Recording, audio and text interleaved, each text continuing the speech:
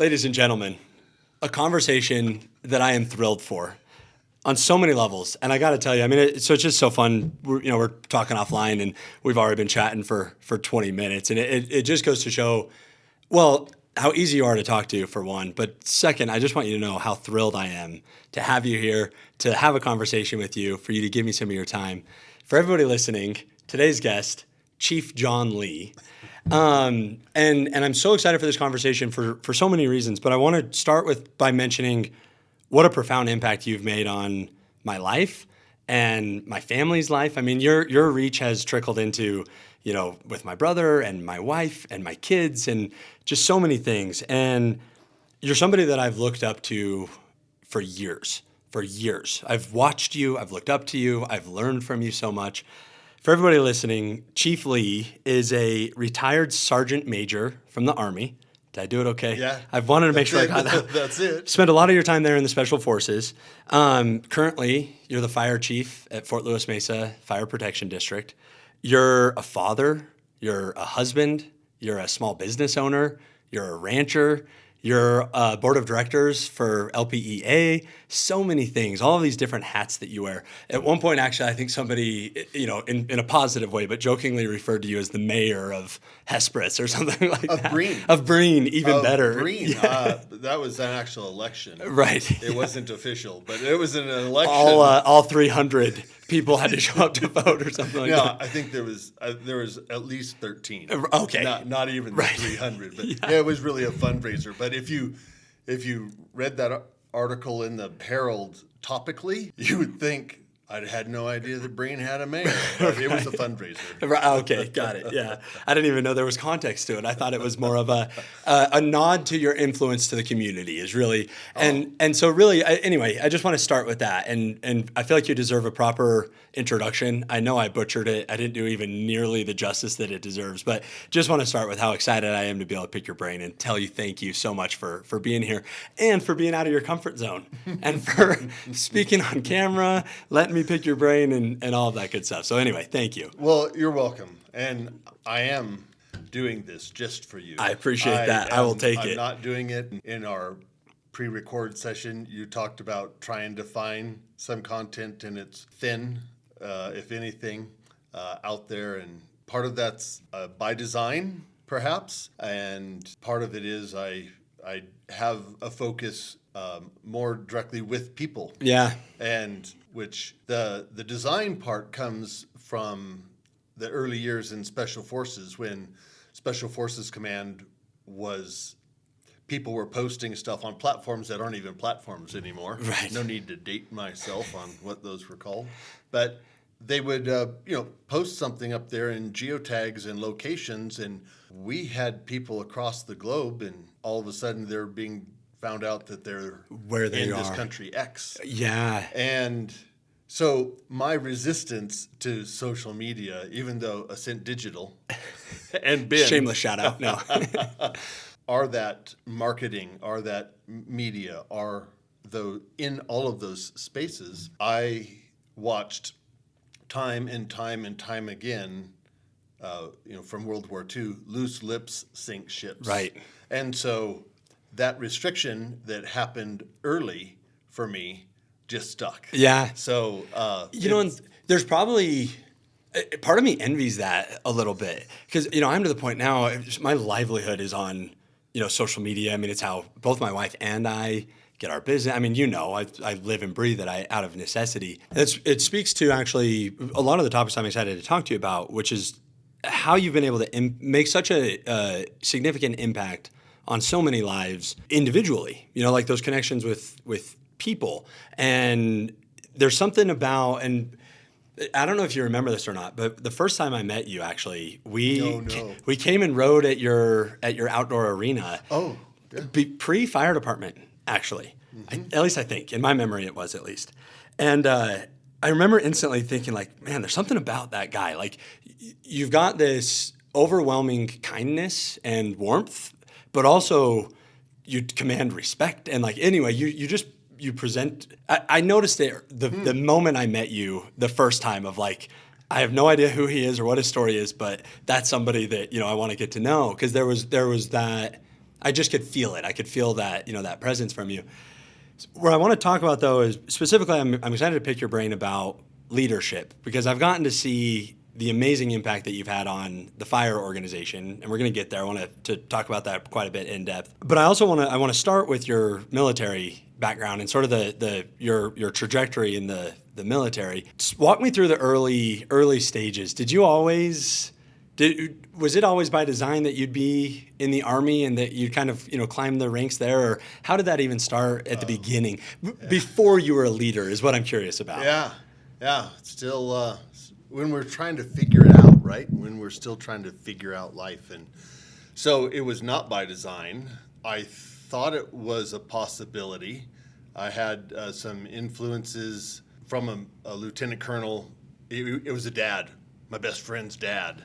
And that was in Montana. He was our soccer coach as well. So, he had this military aspect, and then he was a leader for the soccer team, right? Taking a bunch of wily boys and having us run around. And so it wasn't predestined. What ended up happening was I got to the end of my financial ability to continue through college, and I thought, how am I ever going to pay off these student loans? Which now I hear people say that, and they have much bigger numbers. And I thought, my goodness, how did you get that far before it frightened before that you? point? Because it frightened me at a much smaller number. Right.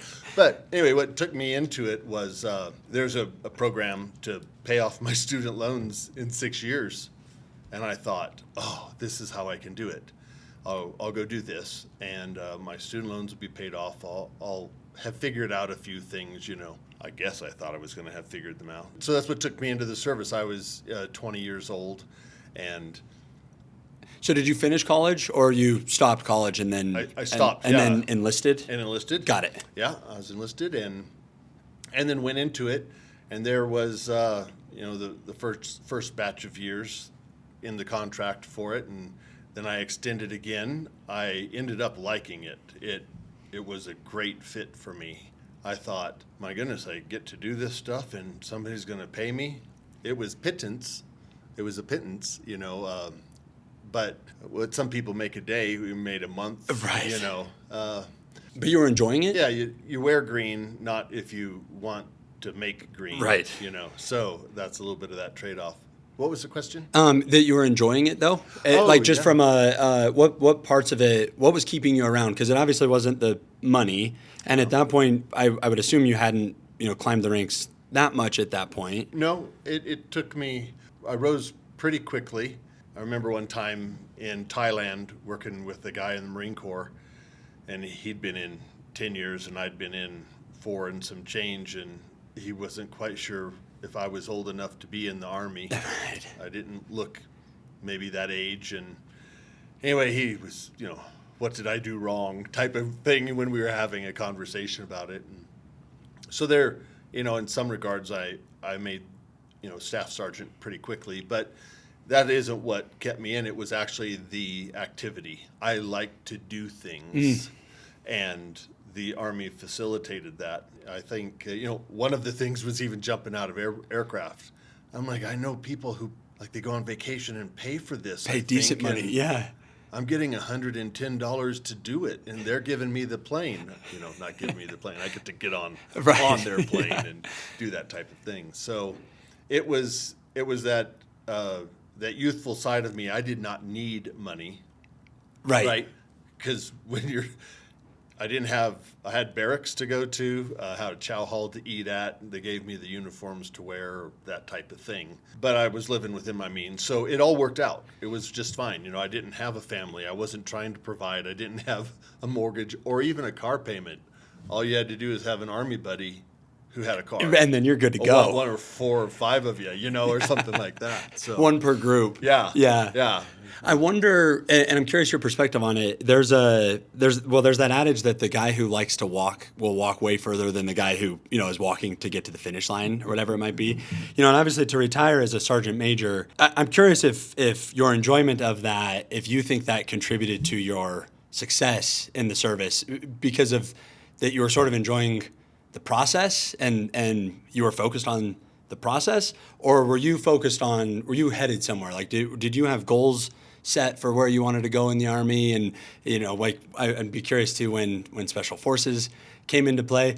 But I'm curious if from your perspective, if that's a contributing factor to why you advanced so well. I think the enjoying it, yes. The never work a day in your life scenario because Right. you enjoy it. Doing something you want to do. Although I did have to work in the Army. It Well, wasn't, a little, I'm sure. Yeah. But there was I liked the mixture of it. There wasn't an office. There were offices. You have to go to that. It wasn't just down range in the field. It wasn't just training. It was and it was in different locations. Hop on a C-130 in Washington, and the doors open up to jump out, and you're in Arkansas. Right. Some of those things I thought they were pretty good. Plus, get to jump, right? So Jumping out of airplanes. Jumping out of an airplane. Decent just perk. Great, yeah. Great adrenaline rush. And so I enjoyed all those things. And then the Army did a great job for me of preparing for those next levels, because there might be a child prodigy who for some unknown reason can play that instrument or do that math calculation or chessboard or something like that really young. Right. But for the rest of us, We have to learn. we have to learn, and some of that, if you learn it, you get exposed to it too early, you won't even be able to appreciate it. Right. You will have heard it, probably will have forgotten about it, and move on. And the Army is tried and true enough that, and the military in general, but the Army for me, tried and true enough to have those steps in an appropriate time frame for it, and I think that contributed to those successes. Yeah, yeah.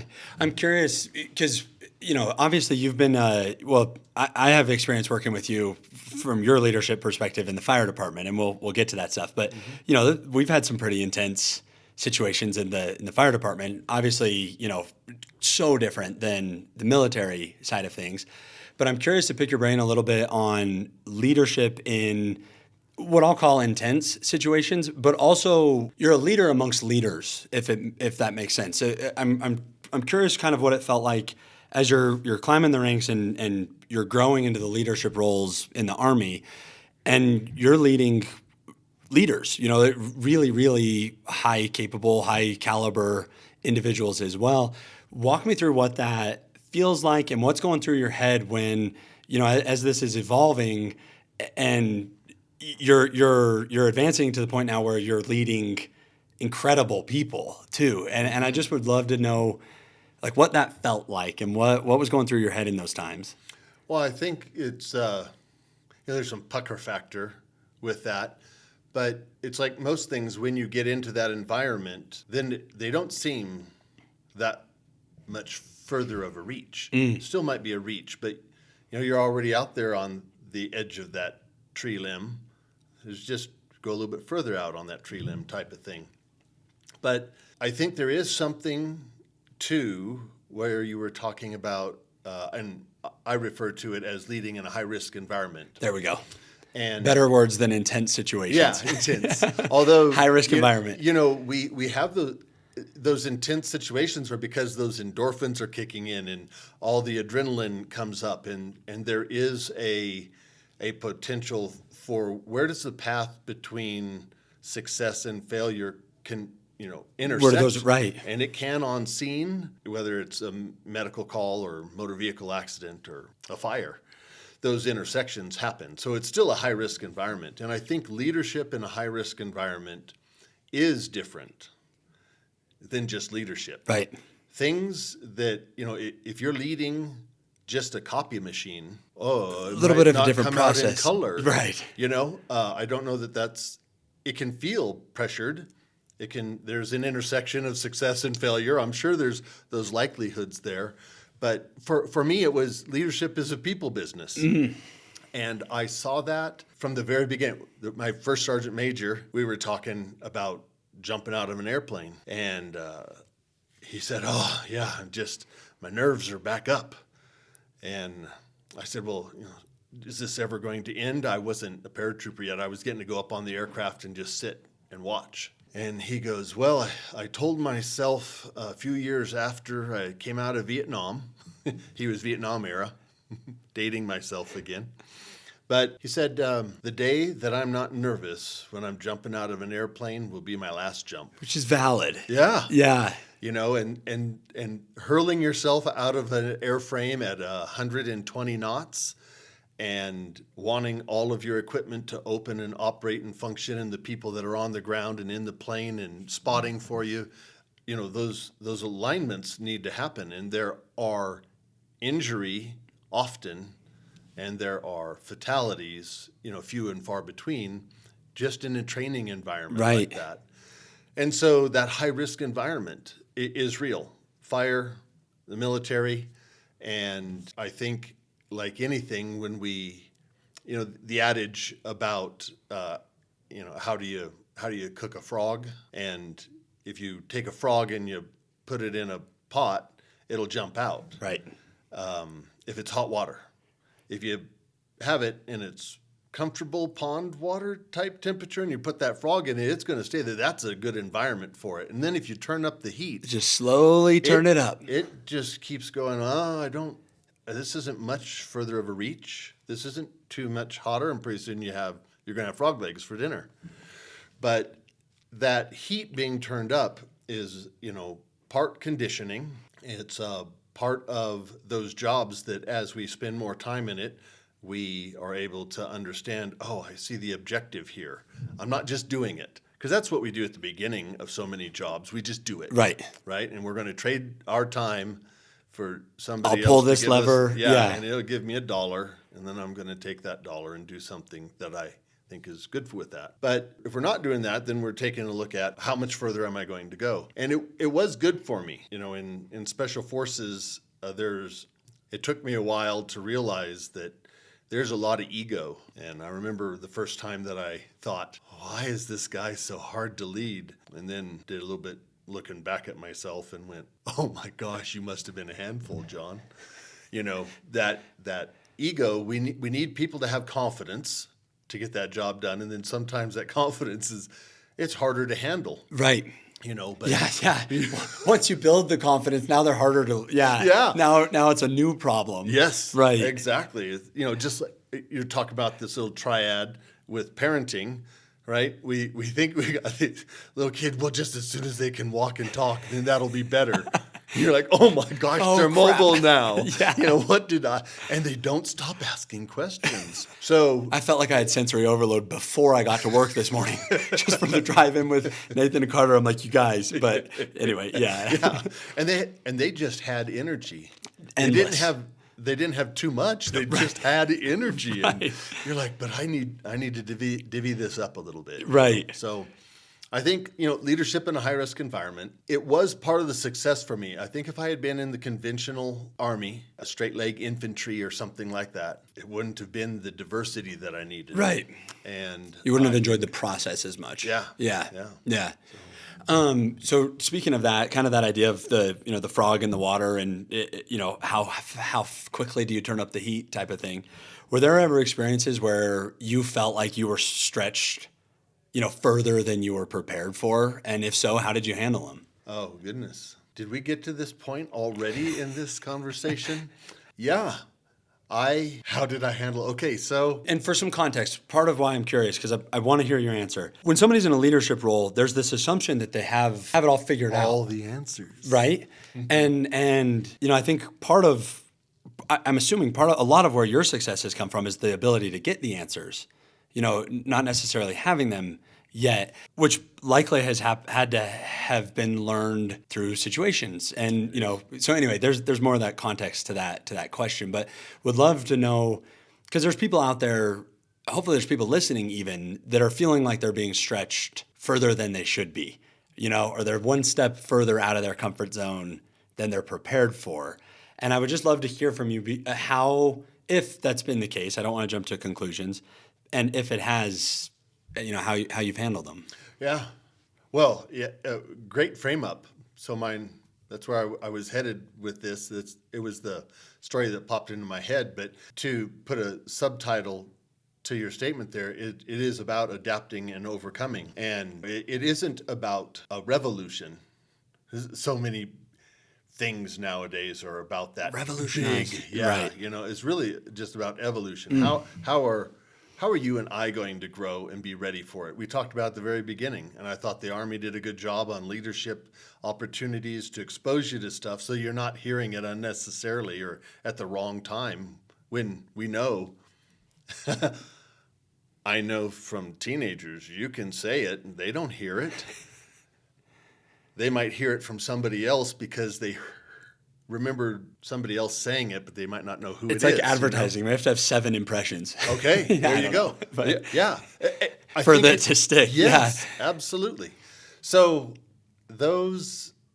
so the idea about adapting is on my first tour in Afghanistan, we were in this ambush and we were really outgunned, and they weren't a regular ragtag batch, it didn't seem.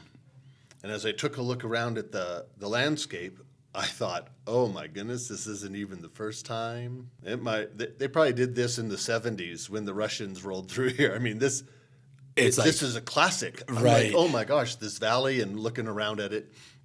Meanwhile, as we're trying to move in underneath rocks and behind things, we had Toyota Hilux trucks that were getting shot up. And anyway, as we started to hunker in and start returning fire, thinking about the things with our team, the number of times that we had trained together, who was going to fire, who wasn't going to fire, where was triple basic load going to be enough ammunition, and then still having to shift into there's a target that we are and there's a target that they are, and how is this intersection going to happen? Right. And I got to a point, it seemed, I don't know how long it was going on. I was Those just things- going to ask. Yeah. Fair answer. Yeah. yeah. Minutes, hours? Minutes. Okay. Maybe 12, 15. Oh, it could have been 30 minutes though, but it wasn't an hour. But it was not quick. Right. And And we were in 15 minutes feels valley like floor. forever there. Oh yeah, it was quite long. And I started feeling like my senses were of the sound, and I lost track of the sound of outgoing rounds and incoming rounds. I just thought there's been thousands and thousands of rounds exchanged, and I couldn't hear. Interesting, Even though they sound different, I couldn't separate them. Because of the quantity of them, and probably just literally your ears were messed up at that point, probably. Or was it an adrenaline? Adrenaline. Yeah. Like a fog Right. war. Right. A fog, actually. And I thought, oh my gosh, have we divvied up ammo? Has Paul sent his magazines over? And I thought, oh, this is going to be the low point of my career or life, or, oh my gosh, what are we going to do here? And in this moment that I thought, I don't even know what to do. We've been returning fire. We've been keeping them at bay. We have substantially fewer incoming rounds than we did at the beginning. Is that because they're going to the other side? Is that a good or bad thing? Yeah, and I couldn't. Is it because they're not a problem anymore? Did we mitigate that problem, or did they just move? Right. And we're going to have it come from another direction. And I was thinking of all the things that our team, the 11 of us, it was an SF A team, Special Forces A team, and what we were fundamentally delivering. And I thought, I don't know what else to do. And it just sunk. And I thought, oh, no. The only thing I could think of doing, working with a bunch of Type A egomaniacs, highly trained, capable, confident. I'm like, okay, well, they're going to get to see this side of me. And I ask, what else should we do? And that was my capstone failure statement, because I didn't know. I wasn't direct in action. I wasn't solving that problem. And I'm such a fan of teams for exactly what happened. There was somebody else feeling the intensity of the situation and the need. And as soon as I asked it, there was an answer. And I'm like, of course. Paul, cack up the information. Let's get a fast mover in here. I hadn't even thought we had air superiority, but I was focused more on us. Right. And all of a sudden, Joe saying, hey, what about a fast? Yes, let's call it in. That night we went back to Orgoon. We had a fire base there, the 82nd Airborne. It was a forward air and armament refueling point, a FARP. And so it had some security at the gate, and we were going to stand down. We had one of the few hardened facilities, they called it there, because lots of people were in tents early on. Ours had... You had walls. Yeah, ours had walls and tin roofs. Luxury. With sticks over the top of them. So I don't know hardened facility. But we're sitting there, and sometimes to come off of that high. Oh, gosh. And, where do you put all that energy? Where do you put all the energy, we'll call it? I think that's what it is. It's fair enough word, yeah. Yeah, it sets in us all differently. But we were near the Pakistani border, so we would run with rupees and we would run with Afghanis. Their monies are called Afghanis. And they were about the same value. And there would be some interactions that we might have to buy stuff or pay for labor or something like that. But we'd play Texas Hold'em. Anyway, win a giant pile of money. It really helps you settle down. Right. It's only like $9. But it felt like maybe we were raking it in, at Caesars or something pretty big time. And played that for just a little bit, and then I went back into my little part of the hooch. And I thought, man, this is the end of my military career. I was leading because guys you asked in the combat. question? Yeah. I was leading guys in combat, and I didn't know what to do. I guess you got to the end, John. And my second in charge came in, and Simon was like, what do you think about John? We were doing this. Special Forces is a first-name organization, especially when we're tight-knit operating together. And he's like, what do you think? And I said, I'm at a loss. He goes, yeah, me too. And I thought, oh no, he knows. Isn't that funny how you just instantly assume Yeah. Yeah. That's why I just jumped to that. I'm like, oh no, it was so bad. Everyone saw. They probably have called home. They have it on camera. It's on social media now. So, right. And how did the team respond? Well, I didn't know what to say to that. So again, I was kind of on this moment of, well, what do you mean, Simon? He goes, I don't think we've ever been tighter. And I'm like, that's 180 degrees out from where I was going. Now I'm thoroughly confused, and I'm the leader. And I said, tell me more, because I didn't know what question to even ask. So I just asked this big open-ended question. He was like, well, when we were sitting there and taking all those actions, and then when you ask, everyone on the team just came together. We were just talking out there, and we were getting ready to take a break from Texas Hold'em, and everyone talked about the part that they all pulled in it today when we were sliding magazines back and forth to one another, and then somebody else cacked up a 9 line, and we did this, and we called in fast movers, and that eliminated the threat, and just it took all of us, and you gave us that opportunity. Oh, wow. Yes. Yeah. Well, and I'm like, didn't I fail? Right. Because that's how I had seen it, because I didn't have that answer. And that was a moment that I grew as a leader. Oh, I can't even imagine. And I went, I have to provide cardinal direction that we're going to move out of the vehicles, get over here, that we're going to do this, that the actions in response to this situation are appropriate. And then we have to open it up. And when people get that's leadership is a people business. It is not about the Army saying is beans and bullets. Right. You have to feed them. And that is what gets done. How it gets done is what matters. Yeah. And the fact that they were involved, they had plenty of times. One of our first little stand downs out by Polycharky in Afghanistan, 4 months previous, we'd gone out on a perimeter as a lockdown, and it was very directed, and it was with 2 different ODAs. What's an ODA? Operational Detachment Alpha. Okay. It's the A team. Okay.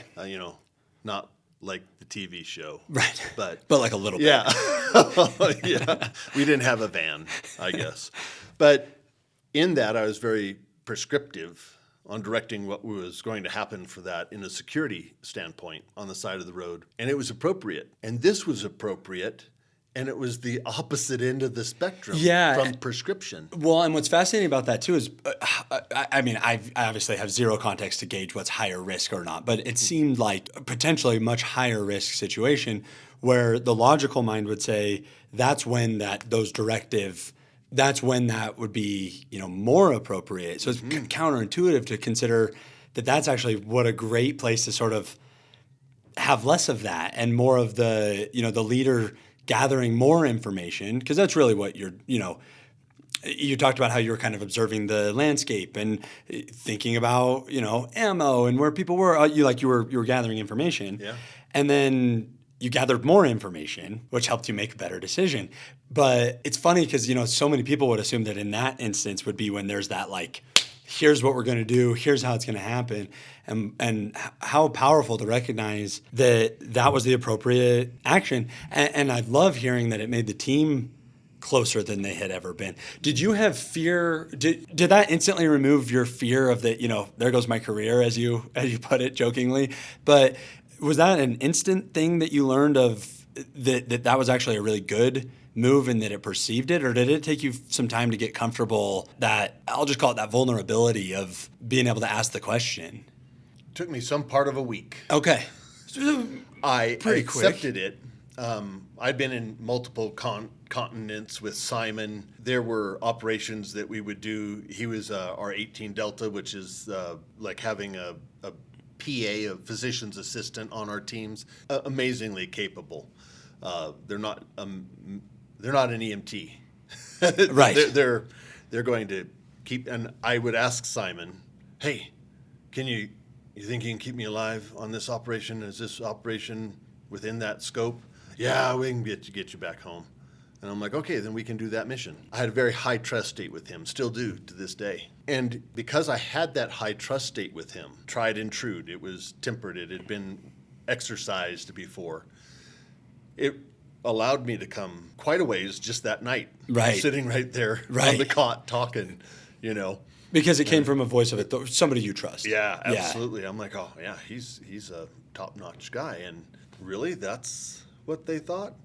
And it was there still are those areas that the leader needs to make the decision. Of course. Now we're cutting away. In jumping out of aircraft, if you have a partial malfunction, your canopy isn't deployed correctly, you're supposed to look around and see if you're falling at a faster rate than everyone. And if you're not, you can probably go to the ground with a partial malfunction, inversion, or a little bit of a couple different takes on that. If you are falling faster, you need to cut away. Oh. You need to jettison the parachute that you're under. Literal, the old school would have been to cut Literal, away. yeah. Now you pull down your cape wells and jettison, and then you take your reserve and you deploy it and get it without that partial malfunction. And that period of time, you have to believe that this is what you're doing because you have the rest of your life to get it done. Right. Right? Right. And so the training that gets you to those points and the repetition on talking about those serious circumstances still takes that size up, just like we do in the fire service. Yep. Right? Seeing size up. What does this look like to us? Now we're going to take action on that. And so when you look around and all the other jumpers are following the same as you just ride your partial Then this is malfunction to the working ground. fine? Yeah, Yeah. it's working. I'm just falling a little bit faster than I might normally have been. What an amazing analogy for life on that one. That if you're, look around, and if you're falling faster than you should be, time to make a change. Time to make a change. Whatever that looked, there needs to be, plan B. Right. Which is a reserve parachute. And every every parachute jump is you're jumping with 2 parachutes. Is that because your first one isn't good? No, it's because the values at risk are high. Yeah, right. So we're going to give you one because this can malfunction, this primary. So and so in life, the same type of thing. Yeah, and it's a great parallel too for like measuring when plan B is needed. Like Yeah. sometimes if plan A isn't going well, but you're not necessarily falling faster, to stay with the analogy, maybe you can keep plan B in your back pocket for a little bit. Yeah. Plan A is working enough to stay the course and, to see it through. Gosh, I love that. Yeah, the conditions are such this time. The winds aren't too high. You don't have a lot of excessive equipment weight on your, all of those things, and they're situational. Right. And so getting to that point, then I recognize, okay, so one time I'm very prescriptive, and the next time I thought it was that failure point because I didn't have that direction, that directive to give. And when you're in a team environment and there is a high trust state, then we can ask those people, asking a fool, that's what a fool's going to do. Right. Yeah. However, when you're in those environments, and the biggest thing that drew me to the fire service was this idea of a team. And I thought, okay, well, there's going to be, a handful of us. I didn't even know what it looked like, right? Yeah. Do you spell fire with a Y Right. or an I? But that idea is still the same. What are we going to get done here? Yeah, right. Gosh, I love it. It's interesting too, and I actually want to talk about the fire side of it with that, but because the leadership position can be so lonely. Like even in your story, everyone else is playing blackjack, and it's time for you to head to your area and Texas Hold'em. Thank you, Texas Hold'em. Thank you. Let the record show. Yeah. Texas Hold'em. I don't know. I apologize. Why. No, I yeah. don't know why. But and there's such a fine line though between like that isolation and sort of the loneliness and for me, a lot of times it's insecurity, from a leadership perspective of like the siloed side of it, I mean, in that situation, it's not like you had somebody to turn to, I joke all the time I don't have an advisory board, I'm doing the best I have with the information I have at hand, that type of thing. Or do you? Right. Well, the podcast helps quite a bit, but no, and we do. And that's what's so interesting about that is that there is information out there. There is community out there. There's support out there, all of those things. And if leveraged properly, I think it can actually elevate your perception as a leader as opposed to diminish it. Like it can only be a good, if you use it properly, it can be a very good thing for how people perceive. Yeah, I think think fine line between like saying I don't know what I'm doing, but I do know what I'm doing, but I need, but I also love input. Yeah. Love ideas and I don't know, kind of that balance. I would say the caution that I would have with that is more information is not more. And it was the statement I made earlier about leadership is a people business. If we take that, where's this where can I get this info? A team can be involved with that too. And it's, you stated it so well earlier, vulnerability. Right. Okay, if I'm just willing to ask somebody their opinion, their idea, where to get this. The long stretch for me on that was I had to convince myself that when leaders had asked me that earlier in my career, I was always nothing but supercharged. Right. I'm like, oh, they believe in me enough that they're asking me to take out the trash. And you probably never even thought of them. I didn't think that they didn't know. Right. Zero reflection on them. I just thought they're giving me a chance. I'm going to show them. And yet, when we get in those leadership positions, because it is one removed, the further you go up the ladder, the more your ass is seen. Right. And that's a good one. Yeah, we don't want that. And then we do feel vulnerable. But as soon as we ask that question, hey, what about this team? Now, if we're doing it and we are a little bit siloed, we probably do go on a data mining event. Right. I'm going to go and I'm going to get this information. And, that's what we needed to have some of the amazing scientific breakthroughs that we've had, right, in in the last 50 years, go to 100 if you go to, polio vaccine or something like that. Right. Some of those things are about data. Right. And that data mining, and how do we put these studies next to one another to be able to then get to the end state. And of course, sometimes we just need luck, right, in order to get penicillin. Luck certainly doesn't hurt. Right.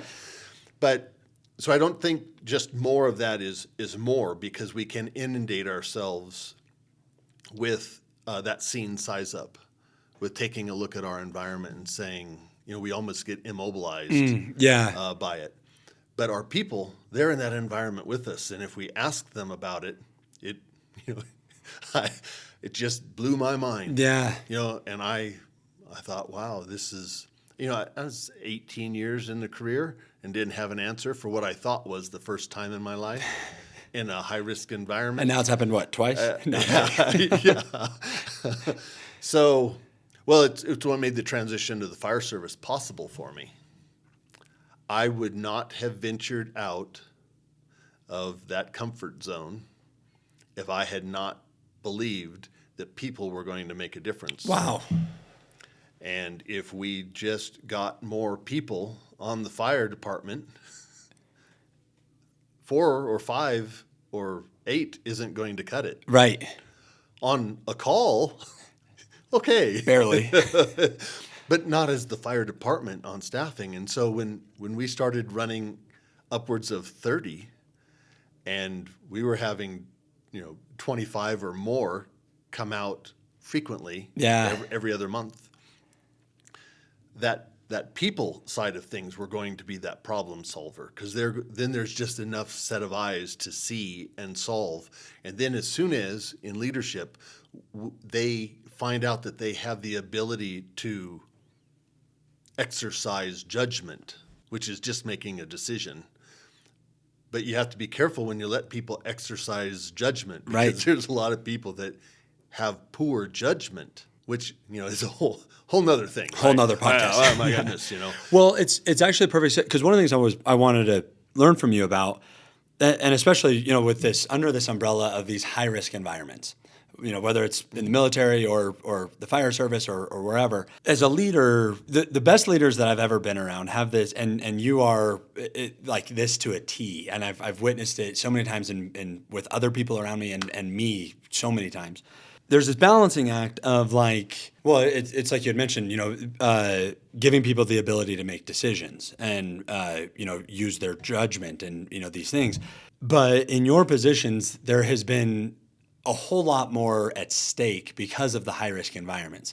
Like, it's one thing for me to tell my videographer, I trust you, make the judgment you think's best on the edit, I'll send it to the client. Relatively low risk. My livelihood's on the line, but you're in situations where it's not an overstatement at all to say lives are on the line, and all of these things. And I've definitely seen it in my experience working with you, your ability to push me right to the edge, well beyond where I think my comfort level is. Mm-hmm. I don't know if you remember or not, but I'm sure you do, because we sat and chatted about it a bit. But I've battled anxiety forever, and I've had these moments of anxiousness, and it gets intense. So my approach to that has been, I've been doing the things that give me anxiety more so that I can get through it. And so far, it's actually working okay. It's been some bumps along the way. But when you rolled out the lead firefighter program, and it was full-blown district coverage, and I would stay at the station overnight and be responsible for the calls. And it was like, gosh, it was big for me. I was terrified. But you trusted me that I could do it. And that was enough for me. I was like, okay, if Chief Lee thinks I'm ready, then I'm ready. And I'm going to go do this thing. And I've got example after example of that, of where you've put people in positions to use their judgment and make decisions. What I'm curious about and want to learn from you on is that balancing act of knowing that you're in a position where you can really impact people, and by giving them those opportunities for personal development and growth, and all of these things that happen when these situations occur, but with the context that they're in high-risk environments. And there's a lot at stake, and just kind of how you balance pushing people too far versus, because, and it's a lot along the lines with your story of, for a moment, this is a team thing. And there's moments in the fire where it's a team thing, but there's also been moments in the fire where it's like, you've got this until we get there, and maybe not forever, but you've got this for a few minutes or whatever. And I would just love to hear your perspective, and if it's intentional, on that judgment from your end of, I'm going to push this person that far, or I can tell that they're ready, or this person's not. Because I also have seen you tell people they can't do the, certain things too. Yeah. Walk me through that, because there's, especially again to reiterate, that in these high risk environments, because I've seen it 1,000 times, over the last 10 years knowing you, and every time I'm like, nailed, like just far enough, just, and the right person in the right way, and it's been so fun to observe, and I just want to get in your mind a little on it. So it can't be blind. And it does have the downside to it. I think most of it comes from a conversation, Ben. And so when we talked about anxiety, you were on one of those shifts. Yeah. You were in the fire station right off the truck bay. I remember us talking about that. And I had stopped in. It was the middle of the day. And it was a climate check. How are you with this? We still are new firefighters, so some of that hasn't changed. I still tell new members that your first couple of shifts, try not to have a big presentation the next day because you're going to be exhausted. There are going to be those questions. You're going to stay up late. You're going to hear the snow slide off the roof and think was that a motor vehicle accident on Highway 160? There are going to be all of these things because you're wanting to do this and do it well.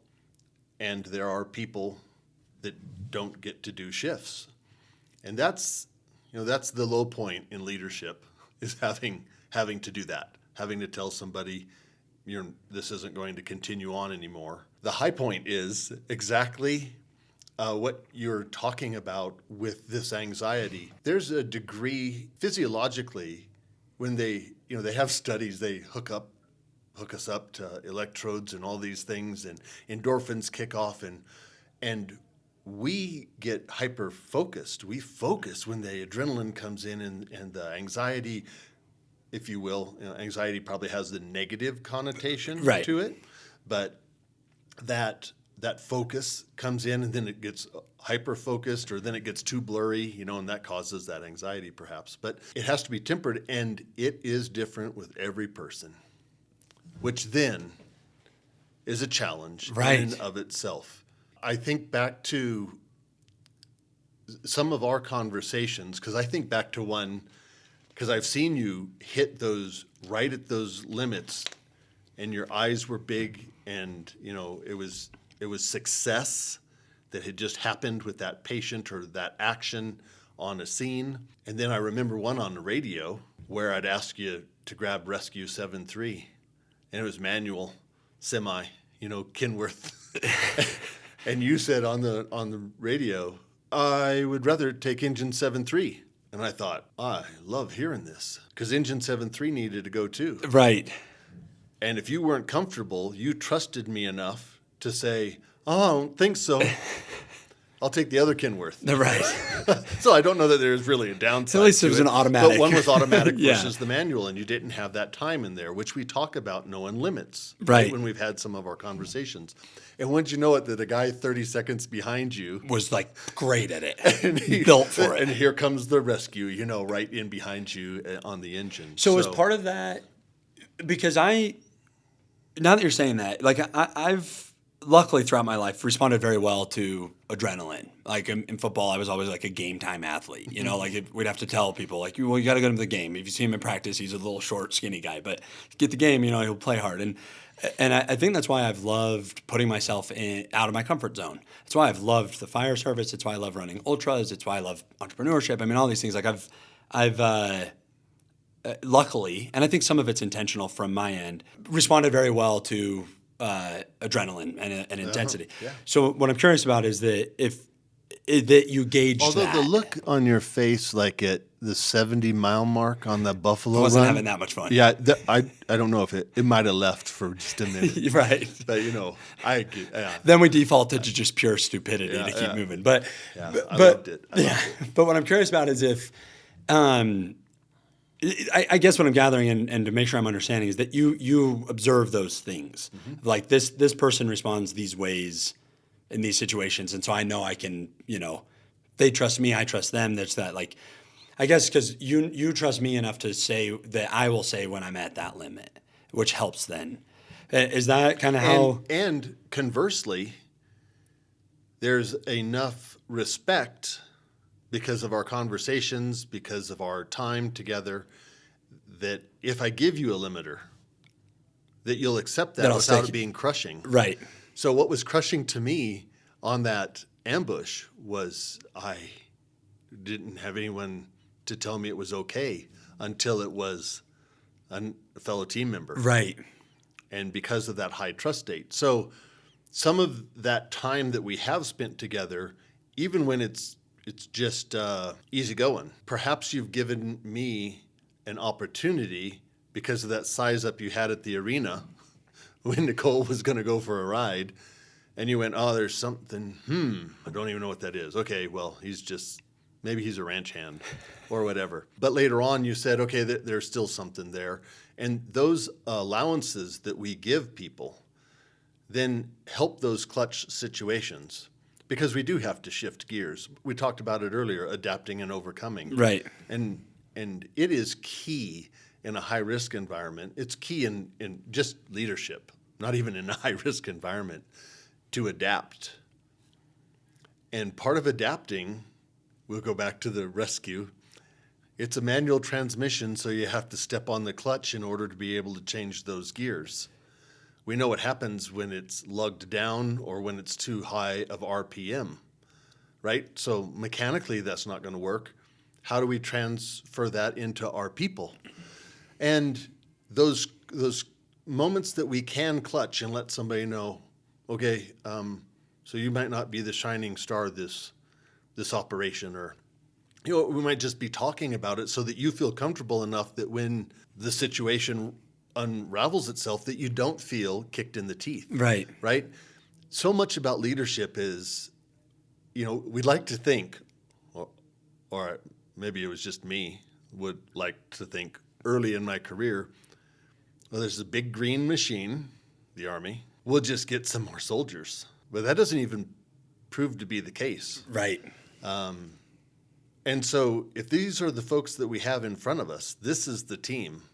Then we got to make the most of it. And yeah, how do we make the best team that we have? And so that comes from clutching. And a leader has to be able to clutch. We have to be able to adjust. We have to be able to be uncomfortable. We have to be able to have an uncomfortable conversation with somebody about, I don't know that this fits you anymore. Does this sweater feel itchy to you? Right. Oh, I'm so glad you asked. Yes, it does, and I don't think I can go to EMT anymore. Right. Okay, I was picking something up about that, and you just gave me the answer. What do you think about us not pressuring you anymore? That sounds good, but I'd like to go do this. Huh. They still have the vibrato that they needed. They still are motivated. They're still part of the team. Yeah. They're still empowered. And now they don't feel like they have a failure coming. They feel like An evolution. Exactly. I'm just going to evolve. This clutch, an evolution. Yeah. Here we go. We got to change. Right. Yeah, because another thought I have, or a curiosity I have from your perspective is, and it's similar, to kind of that idea of clutching, but balancing these ideas, especially in these high risk environments of, empathy, and I'll even call it, forgiveness, or like, that softer human element of it, but also with accountability and discipline and, learning opportunities, and how you balance that too. Because I've witnessed it time and time again, and Wow. and would love to hear your perspective on that. So it comes down to trust. Yep. Is my foundational value. And the trust, and now you'll probably have remembered hearing me say this, but I believe it's about underwriting, kind of like the insurance guy, right? The insurance guy sends it to the underwriter, who reads it all and then says, okay, we're going to cover this. And that's the agreement that I think a leader makes with a team member. And I place a lot of value in it. I don't know if I think it's because I had some leaders that showed that led to you that me. way. Yeah. But that underwriting is what I think is what brings an exponential growth to it. We can give it lip service and say, okay, you messed up, go sit in the corner, put this hat on, you're in timeout, whatever, those types of things. And we do have those situations where we're going to have to make corrections Right. for people. But there's a difference between an accident and negligence. And when we have people that are doing what they can in the need in what's in front of us, the mission, and that parachute doesn't open up, do we need to go hang them high? Right. The person who folded the parachute? What about the person who inspected it in the JMPI, the Jump Master Inspection? Or do we just go, what I needed to make sure was that you had a reserve. Part of a leader's job is to have a plan B, and so I believe some of those things are about underwriting it. Hey, you can make a mistake. We can not have identified this correctly. We can have driven into a classic ambush. We can walk out of a valley because who knew that the helicopters weren't going to land to pick us up because there was the Songkran festival in Thailand going on, I think maybe somehow the intel analysts should have been able to tell us this. Is that the one when you guys had to? What was the quick That's digression? But can you share that story?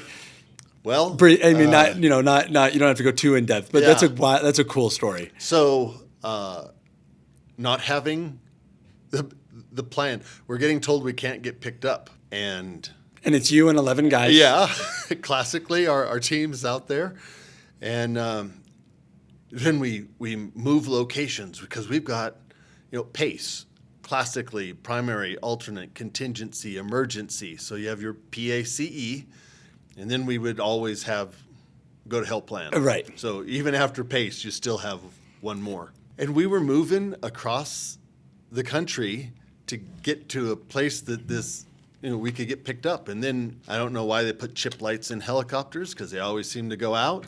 A little bit of a joke on that, but tongue in cheek. But then we were like, what about getting some vehicles in here? Can a deuce and a half or something come pick us up? Please, anybody. Anybody. And so we get to the end of PACE, and finally we're like, I guess we're walking. So it was LPCs, and by the leather time- personnel carriers. And by the time you got to the end of PACE, how far had you moved at that point? Probably 20 kilometers. Okay.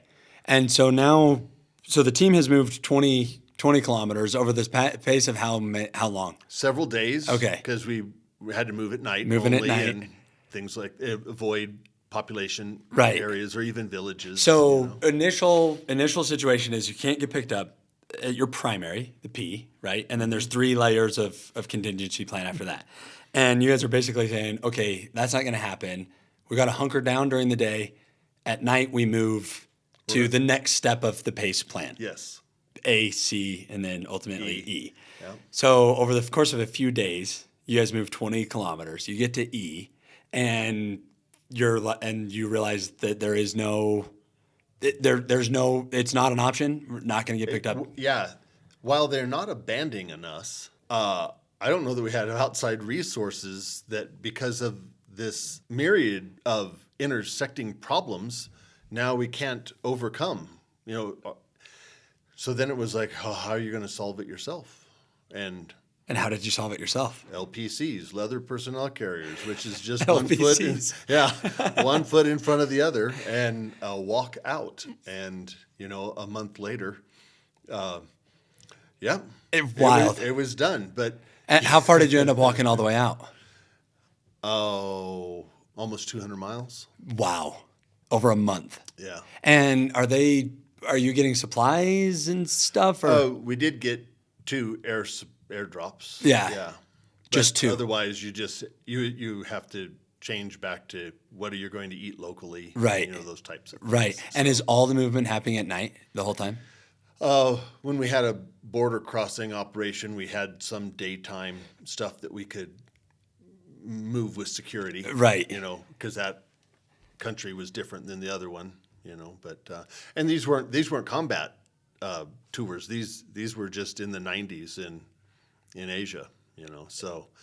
But the situation happens, right? Like, Yeah. why do you have that reserve parachute? Right. Well, I'm going to underwrite your success because I know that there's going to be a failure. And, often with people, we don't think about that with our kids, and we don't often give them maneuver room. And who does that make the fool? Right? No, me. Darn it, I didn't want to be that. I still can't find my kids' owner's manuals. I could have sworn there was supposed to be some sort of a guide. Oh, you should check online. Okay. Yeah. I'll do that after show notes, check on. Because, I'm curious, and actually, because another thing, a topic I was wanting to touch on with you is culture. And I'd love to talk about it in these 2 different contexts. So one, we have this story of, you're leading 11 Special Forces men, 200 miles, nighttime. I can just visualize it. I can totally see it. And I can Probably see in a movie somewhere. Right. If not, it should be. Yeah. But, I can see how that had its fair shares of highs and lows. Like, obviously, there was funny times, there was tough times. People were hurt, I'm sure. Blisters, hunger, dehydration. I mean, I know what you dealt with I have no clue, but I at least know some of, what. Yeah, you can see it. Yeah. Yeah, we tell ourselves. My experience also with you at the fire department has been really cool to witness because you've established a culture there that when I joined 7 years ago, maybe right about, there's been some kind of transition periods.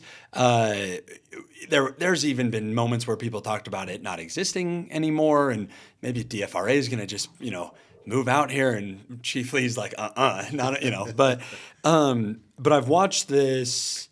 I've watched you build a culture that is a very healthy one, one that I still get to be part of because of the strength of the culture that you've built. My role for anybody listening has evolved so much. I mean, we were joking off camera, I used to sit around in my shirt and my radio and literally wait for a call. And if I could get 4 or 5 a week, I'm pumped up, Now if I can get 3 a year, it's a good year. I just got 3 this year, by the way, which is 300% more than last year. So there's but I want to hear from you, your approach and your perspective on how to build healthy cultures, and because I've watched it happen, and it seems like it's been very intentional at the fire department. And then obviously to get 11 strong personality men to walk 200 miles would require some deal of culture as well. Yeah, well, at that you're kind of all in it together, so then you just start rowing, right? And they can't turn in their gear. It reminds me of I'm a combat diver. We're going to go to your question in a second, but I quit dive school, but I was 40 feet under the ocean surface, and I thought, this is terrible. I can't fin any longer. This is no wonder this has such a high attrition rate in this school, and it's just too much. And I got to the surface. 25 minutes later or something like that. Oh, I guess it wasn't too bad. Yeah. And I didn't tell anyone, right? For that time. Yeah. So, we just start rowing sometimes, right? I've quit plenty of ultra marathons in between aid stations. Oh my goodness. Right? But there was nobody to accept it. Only way through is through. Yeah. So no one heard that tree fall. Right. So did it make a noise? So we go back to culture. It has to be intentional. I watched culture is more of an officer-related event in the Army than it is enlisted. Even as a sergeant major, as you get promoted to E8 or to E9, and you're not going to just be with 12 SF soldiers. You're going on to a company level or battalion level. You're going to have hundreds and then thousands of soldiers. Right. And so you're no longer a first line leader. One of the cool things in Special Forces is a team sergeant is a first line leader with a lot of 5 E7s and 4 E6s and officer and a warrant officer. So you get to be technical and tactical for a long time in your craft. And it can be rewarding. But then you transition out of that. And where I saw officers that had a good culture, command climate, that culture, it worked. Most of the time, I think it came from, I reflect back, my wife is retired colonel from the Army. And Shout out to Debbie. Yeah, shout out to Debbie. Still to this day, my kid's favorite babysitter. Shameless, My kids too. Shameless nudge. Oh yeah, somebody's gonna not like the babysitter, right? Because we're. I think it's called parenting. Yeah, that's what it is. That's the what word. it is. Yeah. But she was taking command of an organization and was writing her command philosophy. And when I think back to, and then, so I watched that happen from the inside. And of course, I watched her deliver that at her assignment. And that intention of having a command philosophy, am I here to make money? Am I here to make widgets? Am I here to make a good time? You know, what are we here for? So that philosophy behind it becomes that platform for the climate. And so it was intentional at the fire department. And I thought, okay, since I don't know the technical and the tactical of fire and EMS, I will find people who do and thrive with that, and then I'm going to provide them a platform in which to exercise it.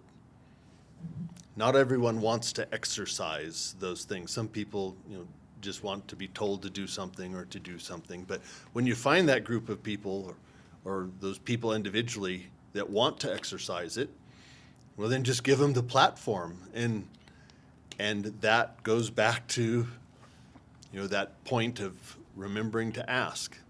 And you can't ask like that leader who goes, oh, what do you think? And what do you think? Right. But it doesn't feel like they really want to know what you think, So that part of that culture is this high trust state. And when we operate from that, and that I'm trying to get something bigger done for the community, then the time that you get squished because on the call didn't take a blood pressure, I don't know. Bad example. I couldn't think of something there. But then maybe you give that clutch to go. Because they know the larger. Yeah, they right. Got and so the larger muscle groups are important to communicate to people. Larger muscle groups, right? Which I'm navigated across 6 of 7 continents on this planet, and on all the planets I've been on. I've only ever been on this planet. And so an azimuth is important, knowing that azimuth that you're going on. But sometimes in the leadership side of things, as important as it is to know, what declination are you on? Is this true north? Is this magnetic north? What are we taking? And you set that 1 degree of travel. Which direction are you headed? Yes. But what's important, the larger element isn't just that azimuth. It is, so which cardinal direction are we going? North, south, east, or west? South by northeast, whatever. I don't think you can go south by northeast, but right? But that'd just be east. Right. Yeah. But we need to know that big picture. And so when people because the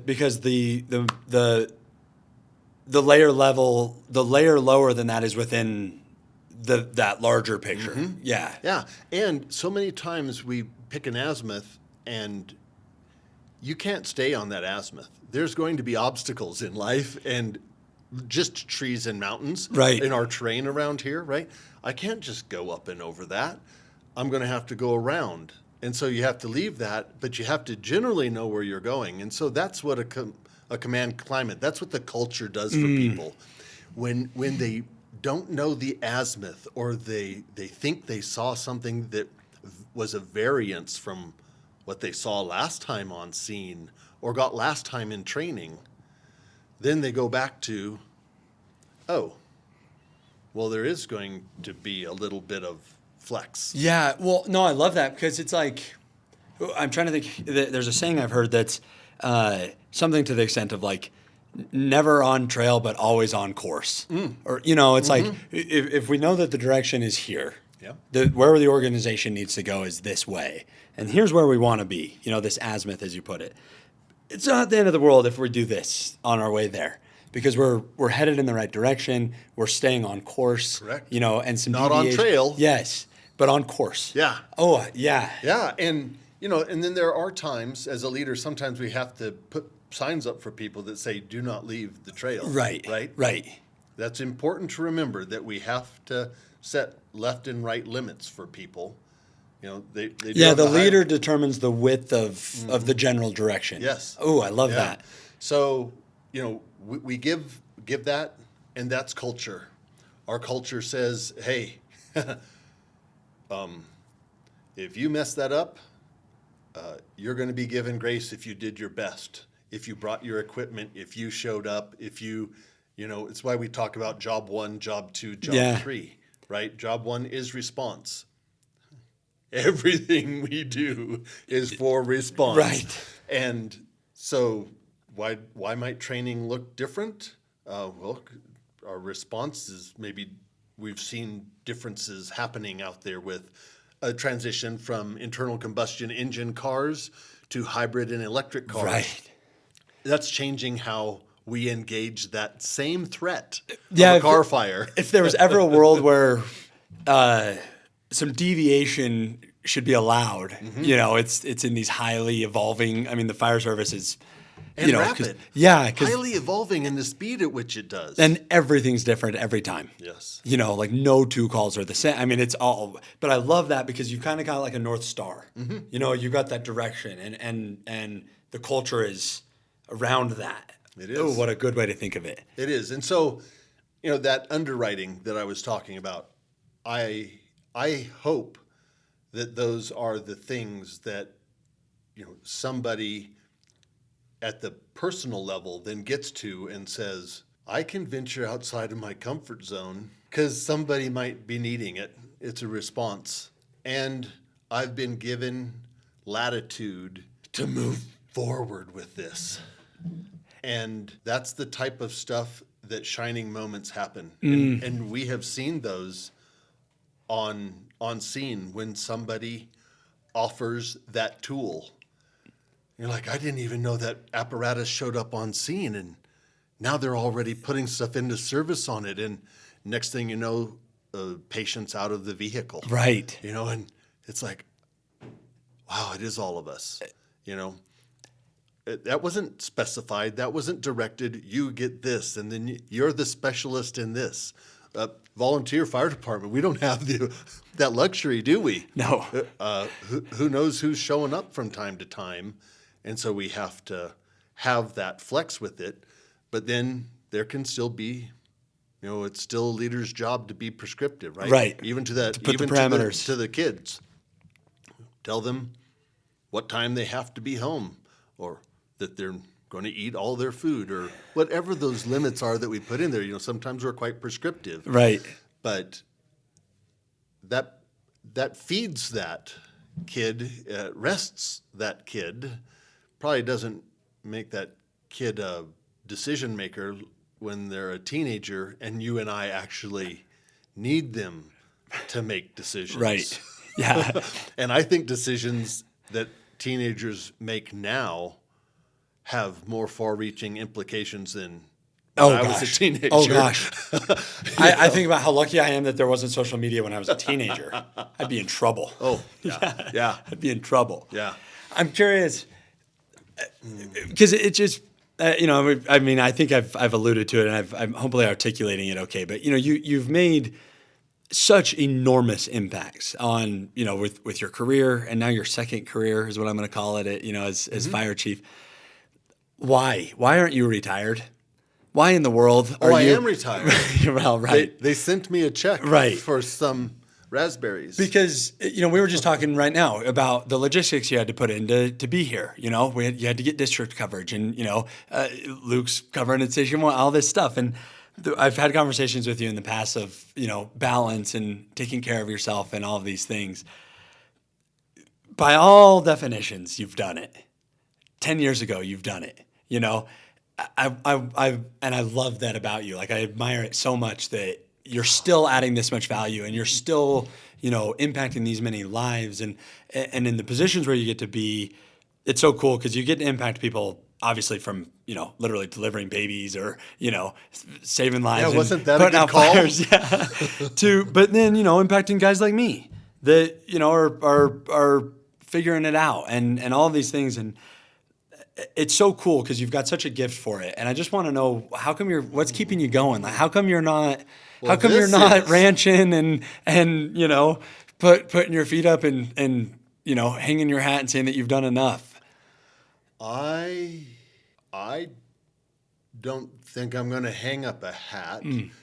I actually have a Green Beret hanging in a shadow box that when I retired, the enlisted soldiers I served with got all my badges and patches and awards, and they put parachute silk behind it, and and my Green Beret with my Special Operations Detachment Korea patch is still on. That was my last overseas assignment, was Korea. So I have hung up that hat, and I'll hang up a fire chief hat someday. Hopefully next to that. Yeah, it'll be, it has been amazingly enriching for me.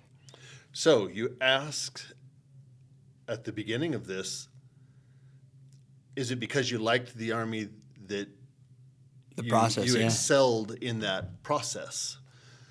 And yes, and that's the same thing here. I feel, so I spent a lot of my career, 43 different foreign countries, and I exported what I could do and did and learned and knew. And the draw for this, to be living in the district, and there was a call for help, right? It wasn't 911. It was just a community call. I'm like, oh, I'll go help them get some training and do a duty roster or something.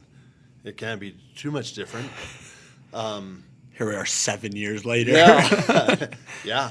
8 next month It's or crazy. something like that. Yeah. But it's, we have as many 20-somethings on the department as we have 50-somethings. We are not a classic volunteer fire department that has fewer people than ever before, and they're wondering if they should go away or how are they going to make the calls. Our call volume is still manageable. We're still trying to figure out how to grow and deliver at that next level for our community. But we don't have a gap. 20 and 50, there are so many areas that there could be a gap.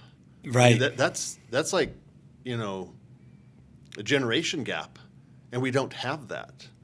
We have people still trying to contribute at that same point. In fact, a 60-year-olds that are like, hey, I'm retired, I can come on more calls than ever. Yeah.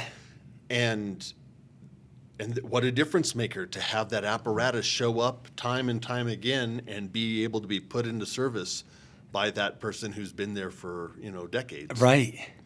Along with somebody who is at the start of their career needing development. So some of it is that it just doesn't stay the same, which sometimes gets my goat. Because right when you have it figured out, there's some evolution. Yeah. You know, I would like there to be a little bit more consistency, but then there's also something that is thriving about that environment that does change. Yeah. You know, I think about AI. I'm like, I don't think AI is going to be able to figure out emergency response. No.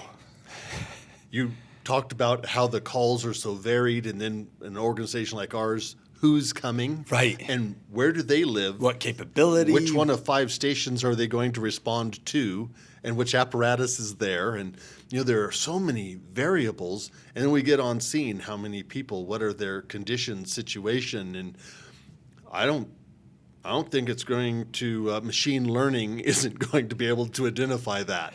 You know, as powerful as, of course, now there's probably some AI hearing this and going to calculate. Now we're in trouble. Yeah. Or maybe they'll solve it. I don't know. But Well, you know what AI can't replace? Leadership. The people business. It can give us some Data. and then we still need those people to put judgment to it. Right. You know, sometimes it isn't about the what's right. It's about what can we do now? And those are problem-solving things. The military has a saying, it's called Charlie Mike, continue mission. And I'm very driven towards Charlie Mike. I think about how are we going to get this done? And I did not know that it was not just something that I learned and executed in Special Forces or in the Army, but it's also the fire service and emergency response service.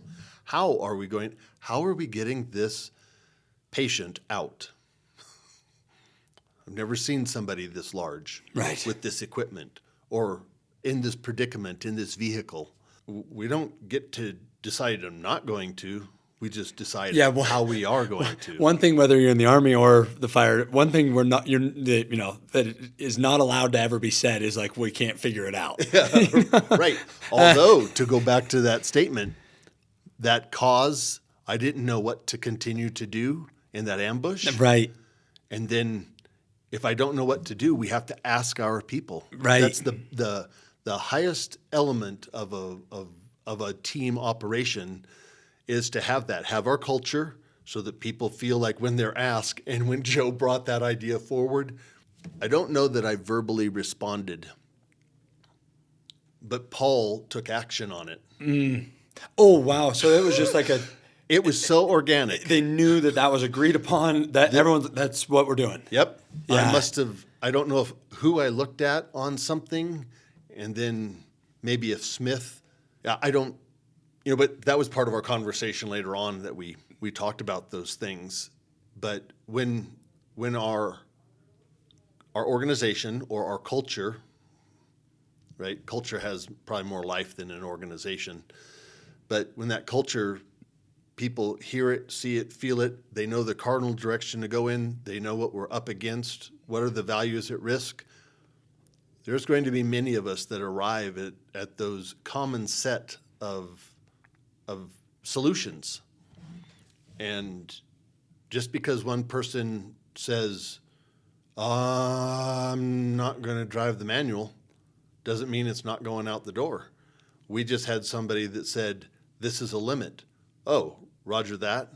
Continue mission. Continue mission. We're Love going that. to adapt. We're going to clutch on that and move, because somebody had enough trust to say, I can say no and it not be ending. Well, because so much of life is, right? And that person, could say that because of the culture, the direction, the parameters, the trust. Yeah. What a cool symbiotic dynamic,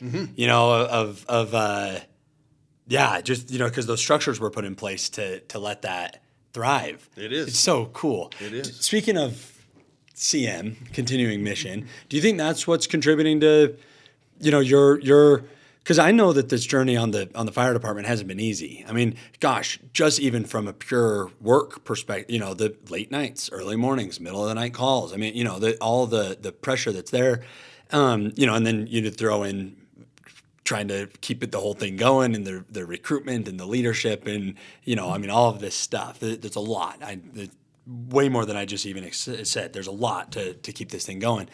Do you think it's because you got a personal mission that you're continuing that is keeping you feeling fulfilled with doing these things, or what's the when it's 2 a.m. and the tones go off, and that next day at lunch you're exhausted, what's keeping you going the next day? And because there's still, I can tell, a passion and some excitement with it. Oops. Yeah. You're a victim. Yeah. I need a program. I think it's support. So I am not self-fulfilling. Fulfilling? Is that even? We'll go with it. Okay. Self-fulfilling. Something fulfilling, yeah.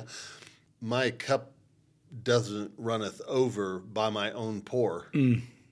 And so, much like our awards banquet, where we want it to be family, the person who you left the dining room table from Right. to go on a call, let's say thank you to him or her or them, is important to me.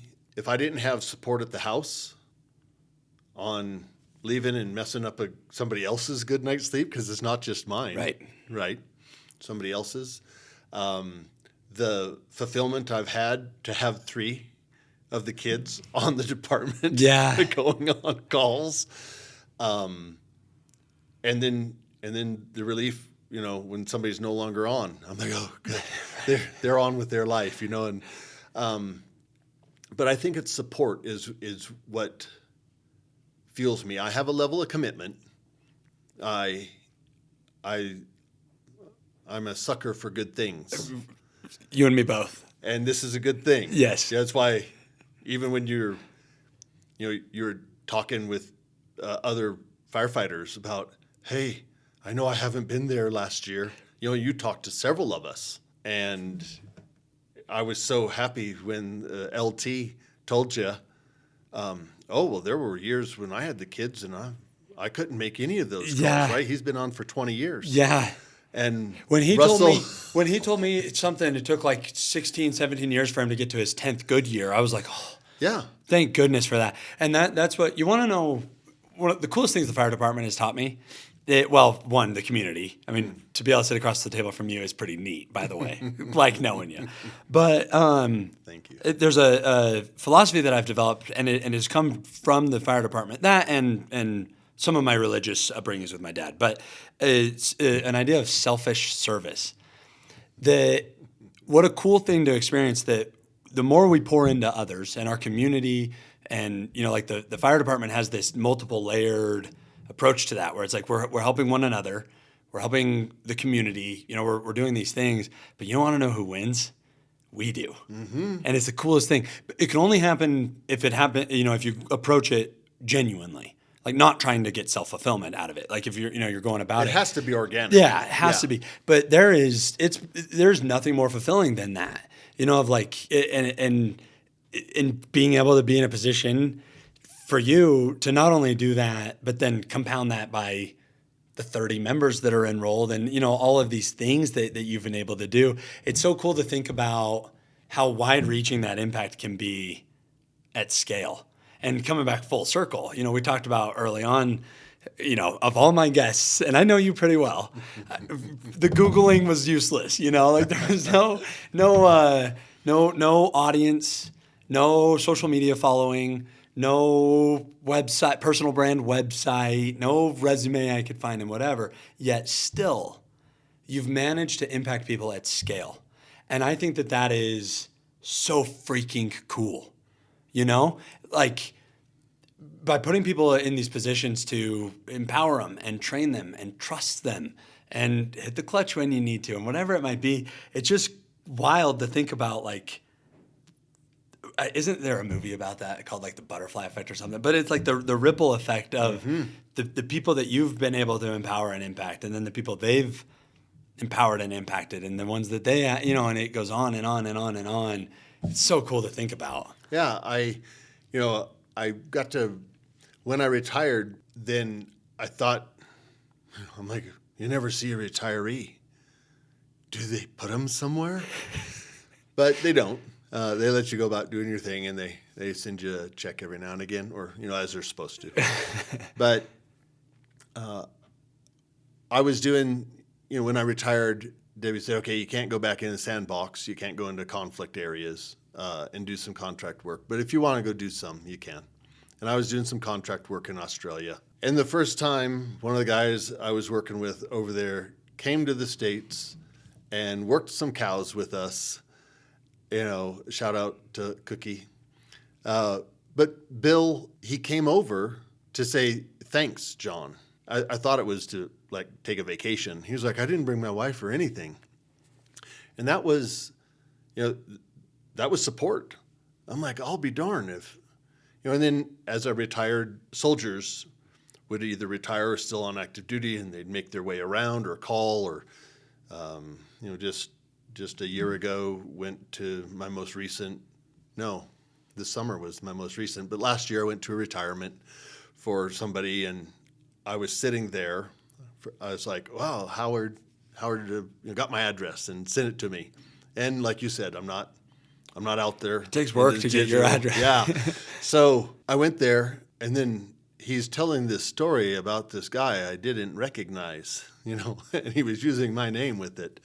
And I thought that was the impact I had on him. And he was already one of the good guys. And when I've had the fortune, the opportunity to work with these game changers, maybe we didn't even know it at the time. That's satisfying. That feels like support. It fuels me. The degree of commitment that I have when I realized that it's a big green machine, but leadership is a people business, even in the Army, which was disappointing for a minute for me. And by a minute, I mean several years. Right. Because I just thought, it's about beans and bullets, and we're wearing camouflage, and this Here's is the it. plan. Yeah. Yeah. And it isn't that at all. And then those things that come back around, and I find the same satisfying effects happen in the fire service. And regardless of age, when I got out of the Army, I was, my mid-40s. And I thought, oh my gosh, I'm one of the older guys around. And I retired, and they're like, you're not old enough to retire yet. Yeah. Consequently, I failed at it, and I'm doing this job. But there is, while I don't consider myself a people person, I do think, that human component to it. I think sometimes community, that's to me, that's overcoined bumper sticker. But when you and I are talking about community, and we know the people who are coming onto scene, or that we're going to go make a difference for our neighbors. Right. When the other night when you were, I'm one of your neighbors, you are, it makes such a difference. This isn't a business. Leadership isn't either, but our community are these people. It isn't just, the proverbial city limit sign, right, or county limit sign or something like that. That community. It has meaning. Yeah, it really does. And it feels like it. And I think that's some of that lifeblood for me that probably will continue to fuel me in several other areas. I joked when I retired from the Army that I'm going to go. I like to eat, and so I'm going to raise some beef so we can have dinner. And besides, cows and hay don't talk back, right, like soldiers do. Way easier to lead. Way easier to lead. But I don't know that I was looking for easy. Yeah, you're not cut out for easy. Yeah, yeah. Yeah, darn it. However, the satisfying things, people stopping by, I picture that I'll be, my motivation for the fire department at the beginning was I wanted somebody to show up on my porch when I was older. Right. Because it was small. And I think there'll be people to show up on my porch. And I hope some of them stop when there's not a 911 call and just go, like you have, hey, come on down. I'm doing this podcast. This is part of my life. You're one of those game changers that this little journey had us cross our paths. We were a mile or two Yeah. down the road, but sometimes that community isn't there. Right. 2 miles down the road, and we don't know that neighbor. Yeah. But these actions, these high-risk environments, these opportunities, these things that produce out-of-comfort zone things, man, that's pretty satisfying. It's a reason to, that I think, when we have 100 people come to our awards banquet, and So cool. and some people aren't going to get an award. Right. They're coming because they know it's a great community. Yeah. And not the bumper sticker one, so A real one. Yeah, so I love it. Yeah. I love that about it. I hope you never lose the fuel. Like, I hope it keeps fueling you. And I just want to thank you.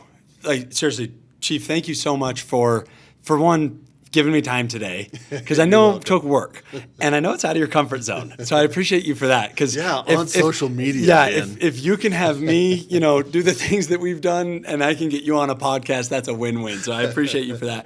But very sincerely, I just want to thank you for leading by example, for building a community, a core, true community that I'm so proud to be a part of, that has depth to it.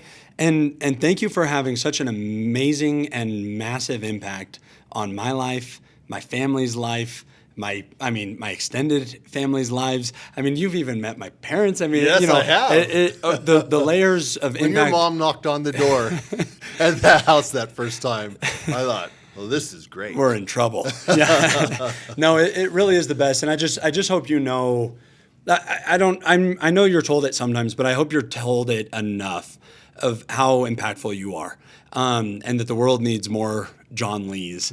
And so sincerely, how grateful I am that I know you, and how grateful I am that our paths crossed, even from 2 miles down the road, and that here we are, 7, 8 years later, on a different, collision of paths, having the podcast. But it matters, and you've taught me that I'm capable, and that I can get out of my comfort zone, and I'm almost getting emotional. Anyway, it's been enormous. And so I just want to thank you for that, because you've had that impact on me, and you've had it on hundreds of other people along the way too.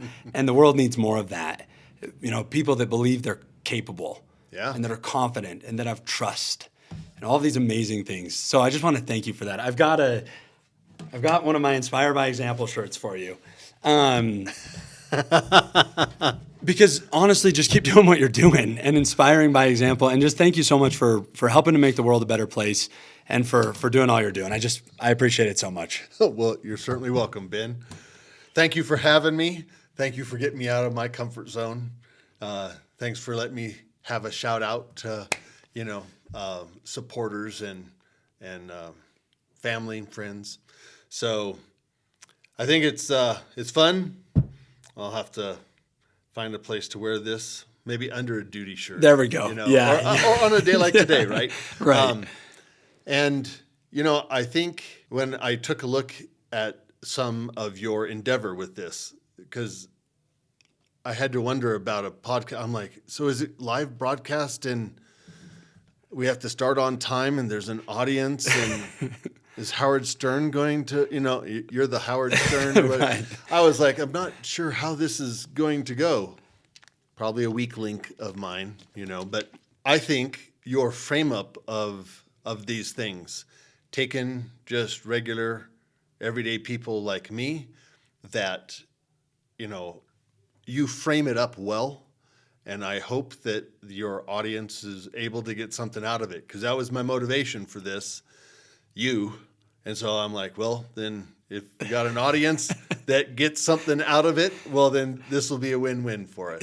And so hopefully, thanks for having me. And hopefully it wasn't too bad. No, it wasn't. It wasn't. It was better than I had expected. Good. Thank you again, Chief. Really appreciate it. Thanks, Ben.